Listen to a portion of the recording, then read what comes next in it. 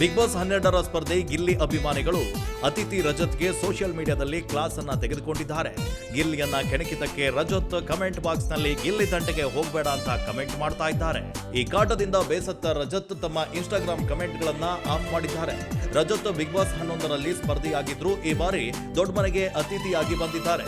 ಅವರ ಜೊತೆ ಮಂಜು, ಚೈತ್ರ, ತ್ರಿವಿಕ್ರಮ್ ಹಾಗೆ ಮೋಕ್ಷಿತ ಕೂಡ ಬಂದಿದ್ದಾರೆ. ಈ ವೇಳೆ ಗಿಲ್ಲಿಯನ್ನ ರಜತ್ ಕೆಣಕಿದ್ದಾರೆ. ಇದಕ್ಕೆ ಗಿಲ್ಲಿ ಕೂಡ ಖಡಕ್ ಆಗಿ ಉತ್ತರವನ್ನ ನೀಡಿದ್ದಾರೆ. ಗಿಲ್ಲಿ ನಟ ಅವರನ್ನ ಒಂದೇ ಶೋ ಅಲ್ಲಿ ಇರುವಂತೆ ಸೂಚಿಸಿದ್ರು. ಇದು ಅವರ ಮನಸ್ಸಿಗೆ ಸಾಕಷ್ಟು ನೋವನ್ನ ಉಂಟು ಮಾಡಿತು. ಇದಕ್ಕೆ ಅವರು ಸೇಡು ತೀರಿಸಿಕೊಳ್ಳಲು ಮುಂದಾದರು. ಆ ಬಳಿಕ ಗಿಲ್ಲಿ ನಟ ರಜತ್ಗೆ ಕೌಂಟರ್ ಕೊಡುತ್ತಾ ಬಂದರು. ಇದರಿಂದ ಉರ್ಕೊಂಡ ರಜತ್ ಗಿಲ್ಲಿ ವಿರುದ್ಧ ಧ್ವನಿಯನ್ನ ಎತ್ತಿದ್ದಾರೆ.